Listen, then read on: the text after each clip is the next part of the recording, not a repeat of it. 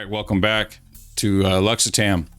So real quick, I just wanted to cover today another video about, and I'm going to bring up this article here in a second. Simply put, the market that is going on currently for us in crypto is, I believe, my 2 cents worth. I'll start off by the disclaimer by saying I'm not a financial advisor. I do not make any claims to be so. I'm not telling anybody anything definitive. That's my CYA for the purposes of why we all have to say that.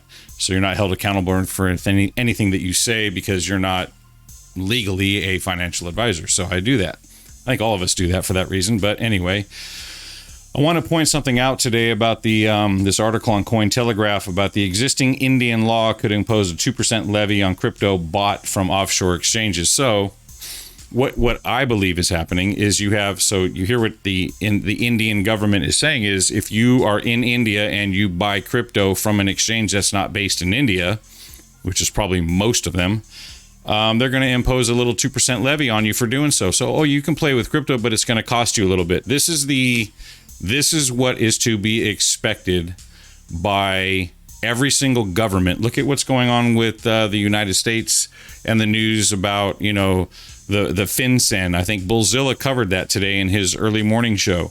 He talked about how FinCEN and all these guys are getting, between the Treasury Department and the SEC and all this stuff, they're starting to give you little hints and guidance as to where they're headed with regulation. I think the admission is simple, is that you can't stop cryptocurrency, and you cannot, because you can't. I mean, you can ban it from being legally transacted in borders, but the existence of it on the internet it cannot be turned off unless you literally turn off the entire internet. And that's where they have a problem with it. It's like, oh shit, this thing got out the bag and it's off and running, and major corporations are playing and everybody's feeding into this. Let's not get left out in the dark on this. There's not much we can do to it. So therefore we're going to do the one thing we do best, which is we're going to impose regulations on the use of it. Now, kind of the price you have to pay to operate and all this kind of stuff, and they're going to hide behind things like, well, we're trying to protect the common investor. No, you're not. And I could go into a million reasons why that is, and I know that's a didactic statement without me going through the whole story of proof, but people who know. But there has to be a middle ground with how you have to play with this. And this is my 2 cents worth, and I'll move on to the article real quick and just take a quick look at it. I perused it, and then I just want a quick hit on something else that I'm going to start coming with this week, next week, the week after, and some other kind of anyone who's watching this. I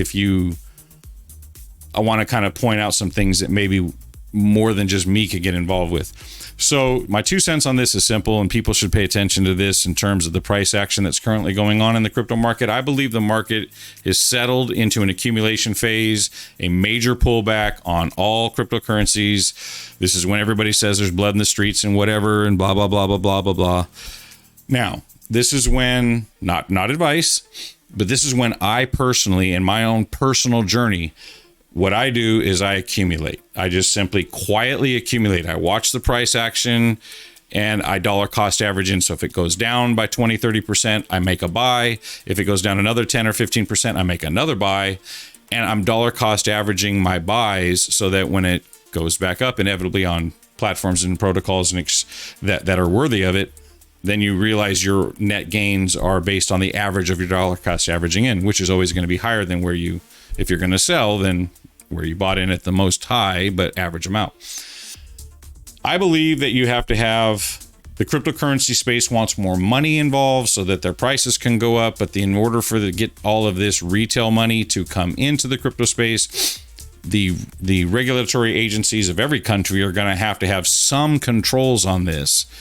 For whatever reasons they deem that they need to have them. I'm not saying I'm for or against any of these positions. I'm talking about in existence, like what India is doing. I'm not saying good or bad. I'm just saying this is what they're doing. And here's what I think they're doing. Can't control it, so we'll just tax it, make money off of it. We all see that.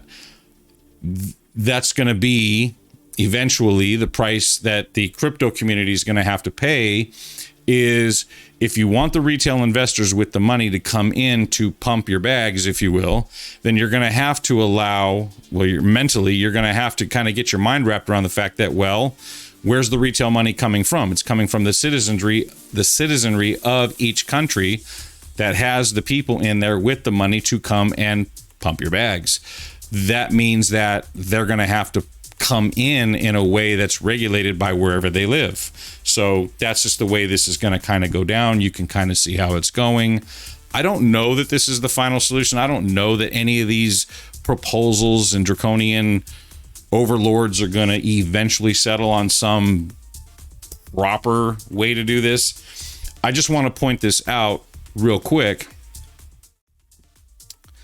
that here's what I see occurring. So you have this article right here, link in the description below. Definitely take a look at this article because it definitely hits on these points. Existing law in India could mandate a 2% levy on cryptocurrency purchases from offshore-based exchanges servicing India's market. What are they saying? Crypto.com, Coinbase, whatever, you're based in America, Hong Kong, wherever, but Indian citizens that want to access those exchanges to get their coins brought to them while living in India. India is saying, if you want to go out and bring it in where you live here and you're transacting from our base, we're going to hit you with a 2% tax on that transaction or whatever. So you just kind of read through this, it'll kind of tell you, but according to local sources, the Indian government's 2% equalization levy could be extended to crypto assets purchased from offshore exchanges. According to the June 22nd report from Economic Times, analysts are inferring that existing law could require a 2% levy to be added onto the settlement price of crypto bought from overseas-based crypto exchanges operating in India's market. The equalization levy, beautiful word, was first introduced by the government in 2016, imposing a 6% tariff on payments for e-commerce supply and services to non-resident companies without a permanent establishment in India. However, the equalization levy was updated in mid-2020, now dubbed the Google tax, that the updated legislation imposed a 2% tax on services provided by offshore e-commerce. You get the gist. This is the kind of stuff that I believe we are to expect going forward. I think that this is what we can expect. I think that the draconian, horrible, fear-based, oh my God, what are they going to do to crypto is here. They're never going to do anything to crypto because they can't hear, ha, ha, ha. I think you start doing this. Okay, I just think you start ending up less here, more here. So this coming down and this coming up a tick. This has the lead, meaning the crypto space has the lead because it is technology that's, how are you going to penetrate it? It's already out there in the wild. It's happening. You have Visa, MasterCard, American Express, PayPal, Goldman Sachs, banks, Wall Street, Fortune 500 companies, Mark Cuban with everything that he's looking to do, launching NFTs and partnering with the company that just partnered with Crypto.com. Another thing that Bullzilla pointed out today that I read yesterday or earlier today, this morning, I can't remember. These people are all getting involved because they see the future. They're building it. It's like building, old saying, you're building the plane while it's in flight. Okay, there's going to be bumps and bruises and ups and downs. Markets are going to shake out, then they're going to come back, and then they're going to settle down, and then they're going to come up. All I'm trying to put out there for today's video, and then I'll move on to what I really want to get to on the second part is, but on this, I just want to say, when you see things like this and it's major news and it's being promoted, hey, this is big news. Yes, it is. It's watching the growth happen live. I don't think it's something that anyone should be scared of. I don't think it's something that anyone should be reading the tea leaves on and thinking that it's going to be draconian in any way, shape, or form. The last thing I want to touch on, so that's that. Take a look at that article, link in the description below. Second thing I wanted to talk about is really quick, as I'm transitioning internally to my setup and how I'm doing things here, which is why I'm sometimes filming from a different room or I'm doing it in here with different situations. Because what I'm setting up for is, and I'm getting really, really, really, really close. I got beautiful information from Lex Friedman's, and I will put a link to this in the description below. Lex Friedman's podcast, where he interviewed Charles Hoskinson from Cardano for 5.5 hours, I believe. and I watched it and a lot of parts of it over and over again, where the one thing that he talked about gave me an answer that I was looking for, and I wanted to hear it from the horse's mouth and not read about it, was he was asked a very simple question. As future goes forward, what development language would you prefer or think that people should be learning? HTML, CSS, JavaScript, Python, liquid language from Shopify, Ruby on Rails, this, that, whatever. And his answer was Scalable 3, Rust, those two. And of course, Python won the day on the database backend thing in his terms and stuff like that. So I'm finishing up my HTML5, CSS3, JavaScript, and I'm going to lean in the JavaScript world because it's React and Vue and Node. I'm going to focus on two. I'm going to focus on Node.js and I'm going to focus on Vue.js. I'm not settled on that yet because I'm not there yet in my decision tree. So when I get to that point, I may update that. But once I get those three main ones done and my Python, my backend, I'm going to dip a little bit into the liquid language for Shopify really quick, and I'm going to nail that one down.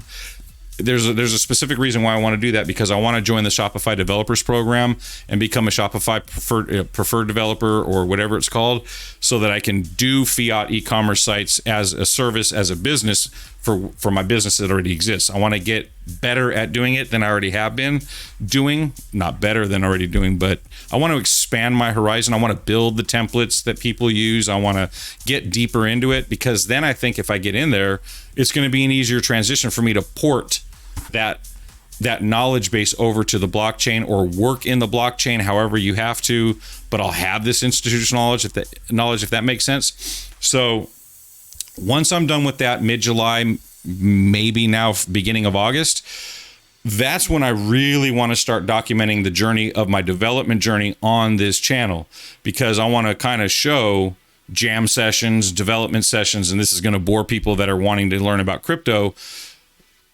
or involved in crypto and want hot take. I will do that too as my normal videos. I'll do 10-15 minute videos like I'm doing right now, and just kind of hit, boom, boom, boom. This is what I'm doing. But I want to make sure that for those of you that want to get involved in crypto deeper than just going to an exchange, buying a crypto, and then throwing your phone on the couch and watching TV. If you want to go deeper into the rabbit hole, that's where I'm headed, because coming out the other end of it, 2, 3, 4, 5 years from now, not only do I want to be deeply invested in crypto, I want to be deeply developing inside the crypto blockchain. Take that back, in the blockchain, crypto being a part of it. Developing solutions, developing DApps, developing problem-solving solutions for people that are coming into crypto the next 6 months, year, 2 years, 3 years, 4 years, that can literally gain some kind of efficiency from whatever it is that I've worked on or worked with people on, and exposing myself to this algorithm, if you will, with YouTube, and gaining people watching, following, subscribing, liking, commenting. That there's going to be someone who comes into my sphere and says, hey, I know what to do probably better than you do, so let me help you out. I'm going to find that person. It always works that way. So that's I'm exposing myself to hopefully have that person come through this world of connectivity to me, so that I can enhance what, I admit what I don't know, and I try to work as hard as I can on that. And what I do know, I try to share with other people once I know it, to give it away as knowledge here, or experience, or examples, whatever case it is. So that give and take back and forth, I'm using this medium for that. And that's my real broader scope of why I'm doing this. So I appreciate all of you who are following along, for whatever reason you are here following along. The 121 subscribers, 90% of those came from Bullzilla. Thank you to him. I'm going to thank him for the rest of the time, because he was so selfless in what he did for me. I can't speak higher enough about him. Please, if you're not subscribed to Bullzilla, please subscribe to him. Tomorrow and Thursday, 2 more videos for the rest of the week. I'm testing different days of the week to see how the algorithm likes me for the next month or so, just to play with it to see. Thank you for tuning in. More information coming. I'm doing some looking at some interesting stuff coming up. I'm following along with Bullzilla on the Trust Wallet thing that he's doing, and the BCS, the Binance chain, and I'm looking with him on that. I got I'm watching that, and I'm doing my own research on that to see which ones are popping. I'm also very interested in the parachains from Polkadot. I'm also very, very interested in the card starter with Cardano, with their IDOs and what's coming out with that. So more to come. 2 different tracks: development, investing, crypto writ large. Thank you for taking your time to watch this. If you watched all the way through, God bless you. In the meantime, have a great day.